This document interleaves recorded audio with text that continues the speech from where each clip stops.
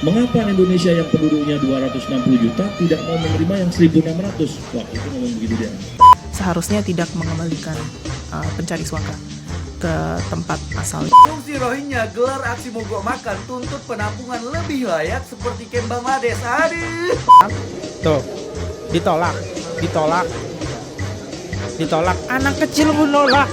Karena warga udah sebel banget nih sama Rohingya, sampai Rohingya terkena batu.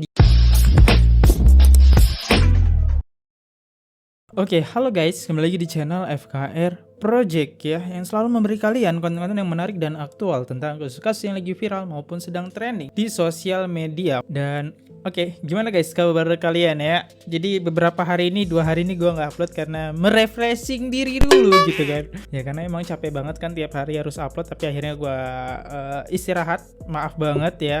Dan semoga nggak pernah bosan buat nonton ini. Jadi kali ini gue pengen ngebahas pasti Rohingya. Jadi Rohingya ini udah kabarnya dipindahin ke hutan karena dari pemerintah. Ini kagak ada tanggapan nih. Dan kita juga bakal denger kenapa sih UNHCR ini pengen netepin Rohingya dipaksa tinggal di Indonesia sampai sekarang. Wah, kalian harus denger sih. Dan ini menyebalkan banget. Gue tadi nonton dan gue nanti bakal gue rangkum saja videonya. Oke, gak usah berlama-lama. Kita langsung aja coba masuk ke videonya teman-teman. Yang belum klik tombol subscribe silahkan dulu dibantu dulu dengan klik tombol subscribe. Jangan lupa juga lakukan like, comment, share, dan aktifin juga tombol loncengnya agar kalian tahu saat gue mengupload video-video terbaru. Dan jika teman-teman pengen mensupport channel ini, kalian bisa langsung aja klik super thanks di bawah. Nah, di akhir video kita bakal bacain super thanks kalian. Gue sebelum lama kita mulai videonya. Sekarang juga let's go.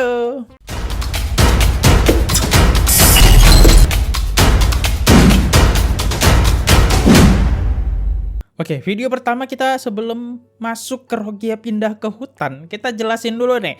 Ini salah satu yang membuat kesel warga, yang dimana Rohingya mogok makan, tuntut makanan dan penampungan lebih layak. Wow, dia mogok makan teman-teman. Kita lihat seperti apa. Udah dikasih makan, tapi nuntut gitu. Sejumlah imigran Rohingya diduga sempat melakukan aksi mogok makan. Mogok makan. Aksi tersebut terjadi pada saat pembagian makan siang dan makan malam. Namun pada akhirnya mereka bersedia makan makanan yang diberikan oleh petugas. Menurut pihak keamanan Polresta Banda Aceh, para imigran Rohingya menuntut penampungan dan penyajian makanan yang harus sama seperti yang ada di Cox's Bazar.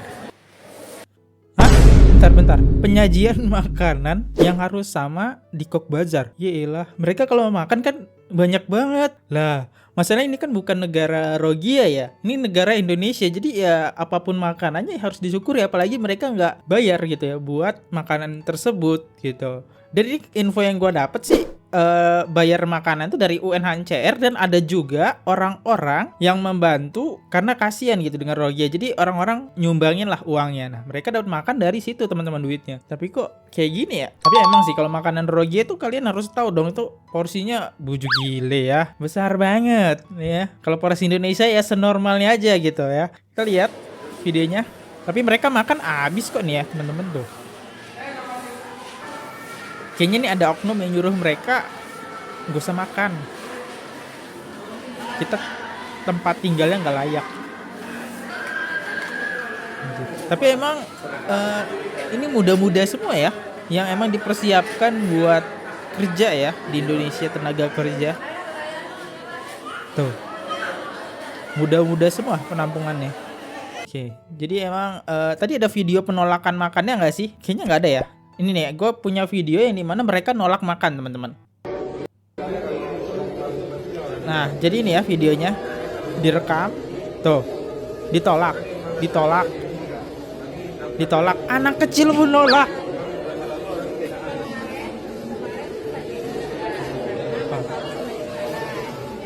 Anjay, ditolak.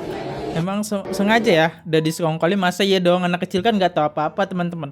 Masa ditolak makanannya? Ini emang udah dikasih tahu kalau ada makanan kita nolak ya, sebagai unjuk rasa mereka gitu ya. Coba kita baca komentar biar lebih seru lagi videonya. Kasihan sekali warga Rohingya. Harusnya pemerintah kasih tanah untuk warga Rohingya. Kok kasih tanah sih? Minimal untuk 1 meter lebarnya, panjangnya 2 meter. Parah banget bah. Ya, saya tegaskan lagi pasal 1 ayat 2 Undang-Undang 1945. Kekuasaan tertinggi berada di tangan rakyat, bukan UNHCR. Tidak bakal ada pemilu sebelum Rohingya pergi. Oke, setuju. Karena kasihan juga sih warga Aceh ya, yang harus nanganin mereka gitu ya. Ini banyak kok teman-teman yang akhirnya sebel dari pemerintah dan UNHCR itu nggak gerak-gerak, dan pengungsi itu terus berdatangan ke Aceh. Akhirnya ya pada kesel gitu kan. Jadi yang kena musibah sekarang ya warga Aceh gitu, harus turun tangan. Ada yang ngawasin laut, bahkan ada yang jaga laut gitu kan, nelayan-nelayan ngebantu, terus ngurusin mereka. Next, bagusnya kalau menolak makanan ya elah, terusin bang Rohingya nolak makanannya. Janganlah bro, sakit semua nanti. Yang susah ya kita juga gitu ya. Kalau misalnya mereka sakit semua tuh, kita juga yang susah nanti ya. UNHCR nanti ngebilangnya kayak gini, tunggu rakyat Rohingya ini sembuh dulu, baru kita izinkan melayar. Nah kan, akhirnya netap lagi di Indonesia. Aduh, ada aja ya. Next. Pengungsi Rohingya melakukan aksi mogok makan. Waduh, mereka beralasan Waduh. melakukan hal seperti itu karena mereka menuntut kamp penampungan yang layak seperti di Bangladesh. Waduh. Awalnya aksi mogok makan ini terjadi di siang hari, dan setelah dirayu sama petugas, mereka mau makan lagi. Nah, pas makan malam, mereka kembali menolak makan. Mereka juga terlihat nggak mau menerima nasi bungkus yang dibagiin sama petugas. Sudah bagus dikasih makan, malah waduh, dikasih makan juga udah untung kali, bukannya makasih malah. Aduh, disuruh kerja kagak, disuruh ngapa-ngapain kagak, cuma disuruh makan loh. Itu makanannya juga dikasih, malah mogok makan. Ampun dah.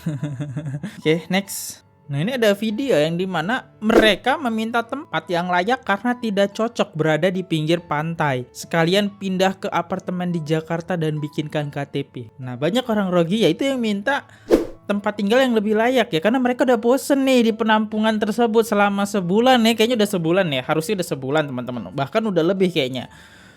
Dan kalau kita lihat, sudah jelas-jelas mereka imigran gelap, kok masih bilang pengungsi. Nah ya, karena emang di Rohingya itu nggak semuanya sebenarnya pengungsi, tapi lebih banyak imigran gelapnya, yaitu warga Bangladesh gitu ya. Dan ini sebenarnya udah diklarifikasi dari kepolisian, TNI, udah klarifikasi teman-teman. Di kumpulan mereka itu banyak orang-orang imigran gelap Bangladesh. Kita nggak tahu nih, imigran gelap ini punya catatan kriminal apa enggak nih ya. Yang ditakutkan kriminal, gimana coba ya kalau mereka punya catatan kriminal. Apakah bakal jadi pemberontakan yang kedua? Yang di Papua pun belum selesai nih pemberontakan ya. Next, kita dengerin dulu videonya seperti apa. Ini lokasinya sama ya.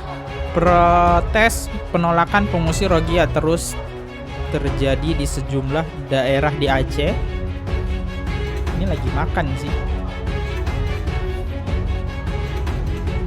Lahap bener bah, makannya sampai bersih. UNHCR terus berupaya melakukan koordinasi dengan pemerintah.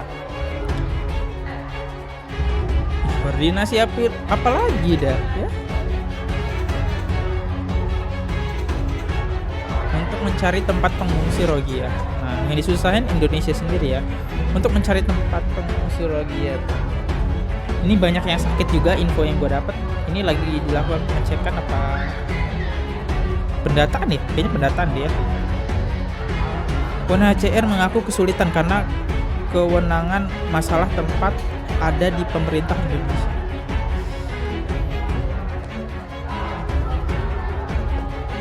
Hingga saat ini keberadaan warga etnis Rohingya Indonesia telah mencapai 12.600. Banyak banget.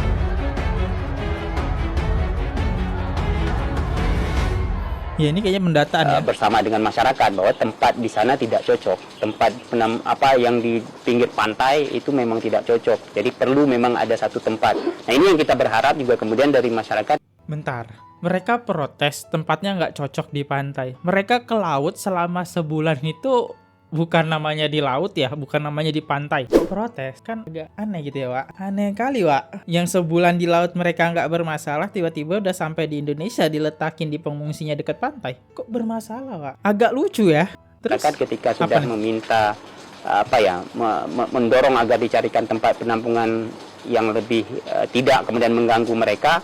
Kita berharap juga di saat bersamaan ketika ada kebijakan-kebijakan yang diambil oleh pemerintah bersama dengan UNHCR itu juga mohon didukung biar kemudian kita bisa menyelesaikan masalah ini. Pengungsi sudah diberikan, status itu akan bertahan selamanya kecuali dia kemudian batal ketika boleh repatriasi. Itu kan opsi salah satunya. Repatriasi dikembalikan ke negaranya, maka dicabutlah status kepengungsiannya. Atau mendapatkan resettlement di negara ketiga, maka status kepengungsiannya juga akan berakhir. Kenapa? Di resettlement di negara ketiga dia menjadi warga negara di sana. Aduh, gue nggak mau tahu sih bagian akhir tadi. Gue pengennya cepet-cepet diselesaikan masalah Rohingya ini, pulangkan gitu. Ngomongin negara kita, negara Filipina ya, contohnya negara Filipina pengungsi itu sampai cuma dikasih makan terus dibawa pulang ya teman-teman, diusir pakai kapal. Walaupun dia masih punya peri kemanusiaan, jadi dia kasih makan dulu nih orang-orang Rohingya ini baru datang, tapi langsung dipulangin lagi karena emang udah ada yang jaga kayak polisi-polisi atau tentara-tentara di negeri Filipina ya. Itu luar biasa sih menurut gua. Next. Pengungsi Rohingya gelar aksi mogok makan tuntut penampungan lebih layak seperti Kem Bangladesh. Aduh, bener-bener lu ye punten netizen, silahkan gimana tanggapan kalian. Sumpah gua gak ngerti lagi, gak habis pikir, ini udah bener-bener ngelunjak nih. Dikasih sembako dibuang, dikasih nasi dibuang. Nah sekarang udah dikasih hati minta jantung loh. Nah jadi baru-baru ini imigran gelap Rohingya yang ditampung di Balai Mesraya Aceh, mereka ngeluh lagi guys. Jadi menurut pengakuan petugas di sana, Rohingya ini sempat melakukan aksi penolakan makan. Namun setelah dibujuk sama petugas, mereka mau makan lagi. Aduh, gue gak ngerti lagi. Udah makan tinggal makan gitu kan, pakai dibujuk-bujuk segala. Dari sini kita bisa nilai sendiri ujung-ujungnya siapa yang direpotin. Jadi diketahui mereka melakukan aksi mogok makan ini karena mereka menganggap tempat yang mereka tinggalkan sekarang itu gak layak. Dan mereka maunya dibangunkan camp yang bagus seperti yang di Bangladesh. Kok gak balik aja lu ke Bangladesh? Karena ngerasa lu bayar belasan juta, lu berharap kayak liburan ke Indonesia. Ya siapa suruh lu datang ke Indonesia kalau lu tahu penampungan di Bangladesh lebih baik daripada di sini. Dan tahu nggak kalian, diperkirakan rincian anggaran untuk makan Rohingya itu aja bisa sampai 46 miliar. Jumlah ini lebih gede daripada donasi ke Palestina baru-baru ini yang diributi sama Zionis lokal. Dan hingga sampai sekarang UNHCR tuh nggak ada ngasih solusi. Pak Mahfud juga pernah bilang tak ada alokasi APBN untuk urus Rohingya, RI berhak mengusir. Nah kalau sudah seperti ini, siapa yang disusahin, siapa yang direpotin negara kita? Kemarin yang kata yang mau bertanggung jawab kemana lo? Gak paham lagi ya teman. Tapi kalau nggak salah ada salah satu oknum yang dimana namanya Yara yang bilang kalau kita misalnya mengusir mereka, itu kita bakal kena penjara. Bentar ya, gue cari postingannya dulu. Menolak Rohingya bisa dihukum pidana. Ketua Yara bisa dihukum kurungan paling lama 3 bulan loh. Kok menolak Rohingya kita yang kena hukuman gitu kan? Ini agak lucu gitu. Ini gimana sih maksudnya teman-teman? Nah, ini foto orangnya gitu. Coba kita baca dulu. Ketua Yarah, Advokat Rakyat Aceh, Safrudin SH mengatakan orang-orang yang menolak memberikan pertolongan pada pengungsi Rohingya dapat dikenakan dengan hukum pidana. Nah, ini warga Aceh sendiri loh yang nolak ya. Ya masa semuanya di penjara? 3 bulan kan lucu. Jelas Mahfud MD aja bilang kita bisa ngusir Rohingya karena kita tidak menandatangani tentang undang-undang pengungsi gitu ya, yang dimana internasional gitu, UNHCR kalau nggak salah. Dan dia menuliskan di sini ada pun pasal yang dapat disengkak adalah pasal 531 dan 539 KUHP. Pasal 539 KUHP berbunyi barang siapa menyaksikan sendiri ada orang dalam keadaan bahaya maut lalai memberikan atau mengadakan pertolongan kepada sedang pertolongan itu dapat diberikan atau diadakan dengan tidak mengkhawatirkan bahwa ia sendiri atau orang lain akan kena bahaya, dihukum kurang selama-lamanya 3 bulan. Masalahnya kan mereka ini imigran gelap ya teman-teman, yang emang udah dibuatkan camp di Bangladesh tapi kabur gitu kan ke Indonesia. Terus di pasal 359 orang-orang yang menolak ini menurut hukum pidana bisa kena pasal 359 KUHP barang siapa karena kelalaiannya menyebabkan orang lain mati dipidana dengan pidana penjara paling lama 5 tahun penjara. Aduh, susah sih ya kalau ngomongin sama advokat. Jadi gimana teman-teman? Jadi inilah orangnya ya, yang dimana salah satu Yarah yaitu Ketua Yayasan Advokat Rakyat Aceh. Gak paham lagi. Kalian setuju nggak dengan pasal-pasal yang dia buat? Di sini ada 2 pasal ya. Kalau misalnya Rohingya ini meninggal karena mogok makan, kalian siap dipenjara 5 tahun. Kalau di Malaysia, setahu gue ya, orang Rohingya itu nggak dilindungin sama undang-undang karena mereka bukan masyarakat yang sah gitu.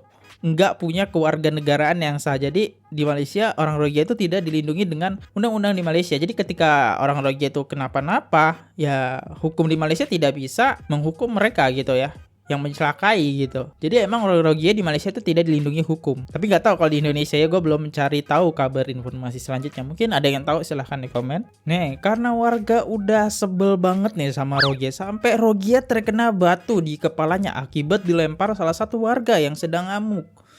Tuh, warga aja sampai dia ngamuk, kasihan sih ya. Coba kita lihat videonya seperti apa. Dia sampai kena batu teman-teman.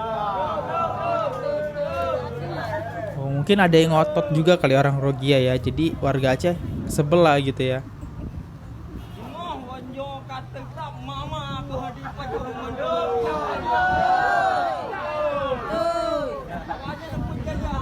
Nah, ini pakai bahasa Aceh sih. Wow, sampai dikasih garis polisi ya. Nah itu ya, ya sampai ya ginilah warga Aceh pun udah kesel gitu ya, melihat orang Rohingya datangan terus gitu. Next. Emang boleh sebanyak ini Rohingyanya? Dan ini proses pemindahan mereka kalau nggak salah ke hutan ya. Nah ini nih. Oke, mereka bawa baju emang banyak banget ya.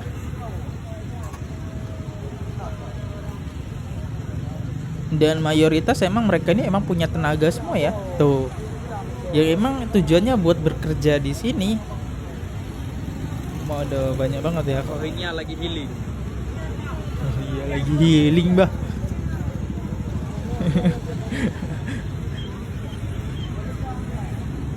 Ini ya anak-anaknya. Ya, itulah ya.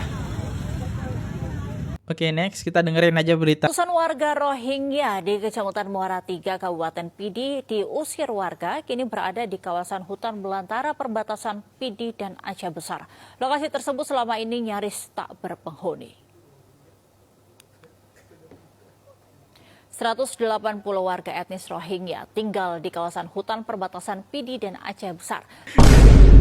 Pinter sih ya warga Aceh. Jadi mereka nggak nyaman dia di pantai ya tadi ya. Protesnya nggak nyaman di dekat pantai. Dipindahin ke hutan tuh. Banyak nyamuk, Wak. Sampai ada yang garuk-garuk tuh. Tepatnya di Desa Tuhabile, pasca diusir warga Kecamatan Muara III, Kabupaten Pidi Jumat dini hari. Para pengungsi ini terlihat kebingungan dan kelaparan. Bahkan tidak sedikit dari anak-anak terlihat lemas dan tertidur beralaskan tanah. Hingga kini Aceh sudah didatangi 6 gelombang pengungsi Rohingya, di mana 3 kapal berlabuh di Kabupaten Pidi, 1 di Kabupaten Biren, 2 Aceh Timur, serta 2 kapal kota Sabang, dengan total mencapai 1.734 orang.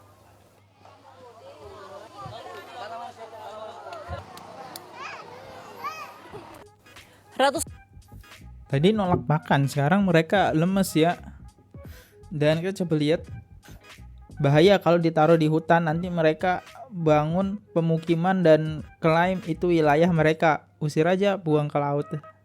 Kasihan etnis Rohingya, semoga warga Aceh bisa menerima mereka. Tapi ini dari komennya Vivi yang barusan dia bilang mereka bisa membangun pemukiman, bisa jadi karena kebutuhan pokoknya banyak di hutan ya.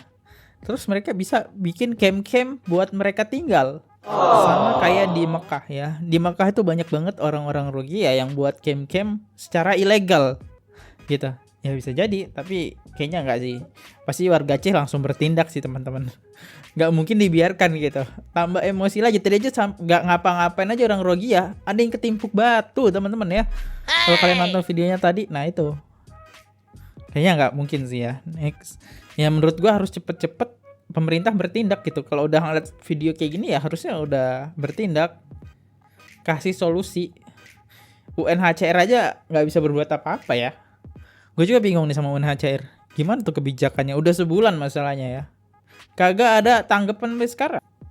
Dan kita masuk ke ini UNHCR ya. Katanya sih UNHCR. Tapi gua nggak tahu apakah dia ini UNHCR atau bukan. Mungkin anggotanya ya, kita dengerin. Prinsip non-refoulement, yaitu seseorang tidak boleh diusir ke tempat di mana dia akan mengalami bahaya. Gitu. Jadi itu dasar dari perlindungan pengungsi dan dasar kenapa negara manapun, terlepas dari sudah meratifikasi konvensi atau tidak, seharusnya tidak mengembalikan pencari suaka ke tempat asalnya sebelum mereka diverifikasi oleh UNHCR. Lalu bagaimana dengan nyawa pengungsi Rohingyanya? Gimana kalau misalnya mereka ditolak ke laut, lalu mereka tenggelam di laut? Jadi kalau misalnya ada yang bilang UNHCR malah jadi beban, itu sama sekali enggak ya, Wen? Kami mencoba untuk tidak membebani pemerintah secara finansial. Jadi itu tadi, bahwa pendanaan kami sama sekali tidak dari APBN dan APBD. Ya. Itu ya, itu klarifikasi dari UNHCR. Gimana, setuju nggak? Ada bener nggak? Tapi UNHCR nggak ngasih solusi buat kita gitu. Cuma ya kami sedang memikirkan gitu kan. Tidak membebani gimana lo ya? Itu masalahnya di wilayah negara Indonesia. Menurutku masih membebani sih. Karena kan mereka tinggal di negara Indonesia. Tapi dia bilang kita berusaha tidak membebani. Gimana ceritanya di suatu negara ada orang asing tidak membebani negara tersebut? Maksudnya gini, contohnya orang Rohingya masuk rumah kita. Gimana caranya kita gak keganggu gitu dengan orang-orang baru yang bermunculan, apalagi terus-terusan muncul gitu. Ya pasti terganggu dong, sama juga dengan rakyat Aceh tuh. Tapi dari sampai sekarang UNHCR belum ngasih solusi ya. Tapi nggak paham sih sama UNHCR. Sangat membingungkan ya. Nah, kita masuk ke penjelasan dari kepolisian tentang kenapa sih mereka tuh di sini, kenapa sih mereka ditolak segala macam, kenapa sampai polisi pun ada yang kesel dengan UNHCR karena pendapatnya. Mari kita dengerin. Dan ini gue rangkum aja ya biar enak gitu denger. Kalau mereka sudah ditampung di camp, kita tidak bisa memperlakukan mereka seperti orang di penjara, Pak. Mereka bebas keluar masuk berinteraksi dengan masyarakat. Karena aturannya seperti itu. Bebas. Inilah yang menimbulkan dampak sosial di kalangan masyarakat kita. Memang negara kita ini bukan penandatangan pihak-pihak yang meratifikasi Konvensi tahun 1951 tentang pengungsi. Ini alasannya ya. Kemudian juga ada Konvensi tahun 1967, pihak-pihak yang siap, negara-negara yang siap untuk menerima para pengungsi ini. Negara kita tidak menandatangani itu. Namun di satu sisi ada Perpres, Pak, nomor 125 tahun 2016 yang mewajibkan kita untuk memberikan pertolongan dalam situasi darurat kepada para pengungsi. Nah, di Perpres itu diatur manakala ada kapal pengungsi rusak mesinnya, terus mau karam dan sebagainya, kita wajib untuk menolong. Amanatnya kepada siapa? Kepada TNI, Polri, badan-badan lain seperti Basarnas. Nah, ini ya, jadi sebenarnya udah terjawab sih. Ini yang poin ke-1 dulu, poin ke-1 di mana Indonesia tidak bisa langsung mengusir karena poin ini ada Perpres ya. Walaupun Indonesia tidak menandatangani tentang penerimaan pengungsi tersebut ya. Jadi Indonesia nggak punya tanda tangan gitu. Bener kata Mahfud MD, kita bisa mengusir gitu kan. Dan kita coba masuk ke poin yang kedua tentang pernyataan dari UNHCR. Kita cepetin aja videonya. Kita juga menyumbang demi alasan kemanusiaan. Ada satu ucapan dari staf UNHCR yang membuat perasaan saya agak tersinggung karena waktu itu dia mengucapkan bahwa NMRN ya waktu itu, mengapa Indonesia yang penduduknya 260 juta tidak mau menerima yang 1.600? Waktu itu ngomong begitu dia. Anjir.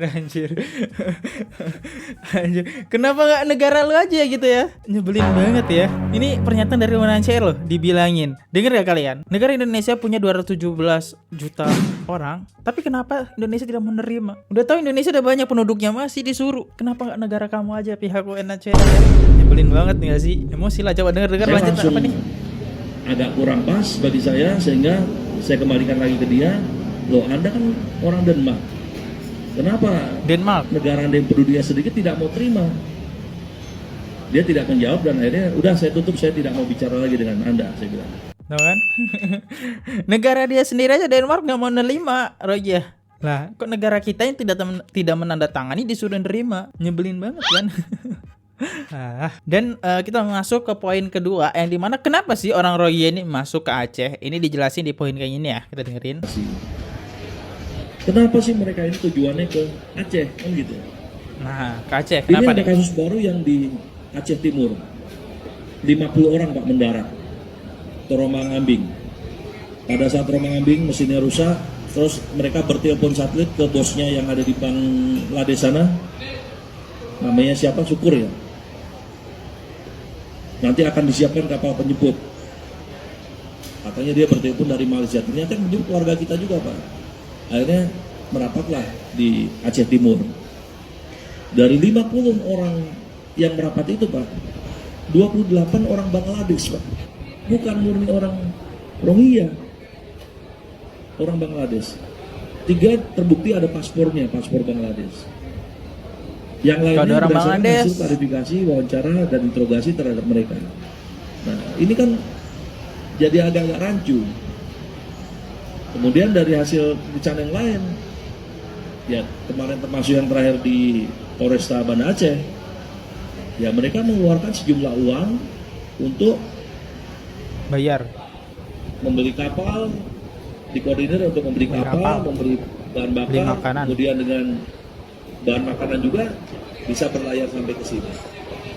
Jadi Gak masuk akal kan seorang pengungsi bisa melakukan beli semua gitu. Harusnya pengungsi itu rata-rata sangat miskin gitu. Makan aja susah, tapi ini bisa membekali diri mereka gitu ya. artinya ini tidak murni pengungsi, tetapi murninya adalah sekelompok orang yang memanfaatkan situasi, ingin masuk ke Indonesia dan mencari penghidupan yang lebih baik lagi.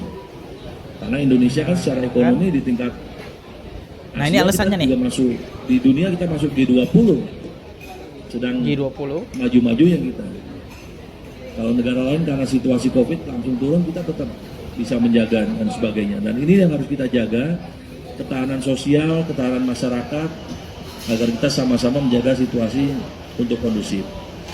Nah, terkait dengan penanganan pengungsi ini, Jadi emang orang Rohingya ini udah tau lah ya, Indonesia udah mulai maju. Yang awalnya dulu di tahun 2017, 2018, 19 itu yang dimana orang-orang Rohingya itu Indonesia itu cuma sebagai tempat translate ya buat mereka ke Malaysia. Jadi sekarang tujuan mereka berubah, tujuannya ke Indonesia karena dimanfaatin nih kebaikannya. Dan ini udah diketahui sama Pak Jokowi. Oke, kita masukin menit ke Pak Jokowi ya. negara. Dan Presiden sudah paham, Pak. Karena pada saat Presiden, Presiden udah transit paham. di Banda Aceh juga saya sudah lapor terkait dengan masalah ini, terkait dengan masalah penyelundupan manusia. Jadi bukan murni pengungsi. Dan beliau juga sudah pernah ke lokasi yang namanya Cox's Bazar itu, Pak. Justru Pak Oh, udah Jokowi yang pernah. bilang, saya sudah pernah ke sana, ada jutaan manusia di sana itu. Beliau ngomong seperti itu. Kemudian Pak, yang kedua, terkait apakah polisi laut dan air dapat menghalau pengungsi ini. Kita Polair kita Pak, Polda ini terbatas Pak. Kita hanya punya 12 kapal yang tipenya juga C2, C3 ya. C2, C3 yang kalau berlayar juga hanya bisa radius 12 mil saja. Memang karena keterbatasan itu, kami kemudian lapor ke Mabes Polri, dan sekarang kami dibantu di backup dengan satu kapal Wisang Murni yang panjangnya 75. Ya, itulah ya. Jadi kalau pihak Polda yang di Aceh, menurut gua kerjanya udah bagus sih dengan klarifikasi dia. Tapi TNI AL ya, nggak tahu deh TNI AL gimana tuh kerjanya. Oke, kita coba masuk ke komentar. UNHCR ASU, aku saja janda anak 3 tidak punya tempat tinggal, dari pemerintah tidak ada bantuan apapun. Emang negara pilih-pilih kasih guys ya. Emang anjing UNHCR Rohingya darurat apa Pak? Dia imigran ilegal. Serius nanya orang Aceh yang korban konflik dulu apakah dapat lahan juga? Enggak dapat ya. Nah itulah ya. Jadi emang udah mulai banyak banget kecemburuan sosial kalau kita lihat dari komentar-komentarnya. Karena emang nggak adil aja gitu, kita yang punya negara, kok si negara yang lain, pemerintah yang pengen membiayai, apalagi pengen ngasih lahan. Kan itu sangat tidak adil menurut gue juga sih ya. Ya ini aja sih tentang Rohingya, info yang gue dapat. Sebenarnya masih banyak, mungkin kita bakal bahas di next video. Oke, sebelum menutup video ini, gue pengen bacain komen-komen dari kalian semua. 3 top komen aja ya. Jadi di sini dari @jamaleger7033, pengungsi gelap tanpa dokumen imigran melanggar hukum Indonesia. Oke, benar. Ini top komennya 15 like. Terus top komen kedua dari @tanicabe_SC4ZU. Jangan dengarkan Yusuf Kala, yang penting rakyat selalu kompak kawal sampai tuntas, sampai imigran gelap keluar dari Indonesia. Setuju. Next, yang ketiga dari @sigitpd1636. Yusuf Kala mulutnya sampai berbusa mau tampung Rohingya tapi tak melihat rakyat Papua hidup di bawah garis kemiskinan walaupun alam Papua sangat-sangat kaya. Untung ya Yusuf Kala ini udah selesai gitu ya. Karena kan dia wakil presiden teman-teman Yusuf Kala ini ya. Yang mungkin kalau dulu dia menjabat sangat berpengaruh. Apa ini mungkin Yusuf Kala ini awal masuknya orang Rohingya ya, begitu berganti kepemimpinan dan sosial media punya di mana-mana, akhirnya Rohingya sulit masuk nih sekarang. Oh, mungkin dulu pintu awalnya Rohingya masuk dari Yusuf Kala. Bisa jadi ya, saat Yusuf Kala menjabat. Oke, mungkin kayak gitu aja teman-teman videonya. Mohon maaf ya kalau misalnya ada salah kata, salah pengucapan ataupun penyampaian dan gue lupa. Dan gue mau ngucapin terima kasih buat teman-teman yang udah selalu komen. Kita hari ini dapat 300 komentar. Terima kasih banyak ya, dan ini 2 hari yang lalu. Sorry teman-teman, jadi gue emang butuh banget namanya istirahat ya. Karena udah gak kuat lagi, akhirnya gue istirahat. Harusnya upload tiap hari. Oke. Thank you banget ya, dan sorry banget gak semuanya bisa gue likein dan gak semuanya bisa gue bacain. Tapi intinya gue terima kasih kepada 300 orang yang komentar di video gue sebelumnya. Gue Vali undur diri, kalau ada salah kata mohon dimaafkan. Sampai jumpa di next video, see you, goodbye. Ciao, bye-bye. Oke guys, subscribe channel FKR Project. Jangan lupa kalian subscribe channelnya FKR Project. Subscribe channel FKR Project. Hai guys, jangan lupa untuk subscribe FKR Project.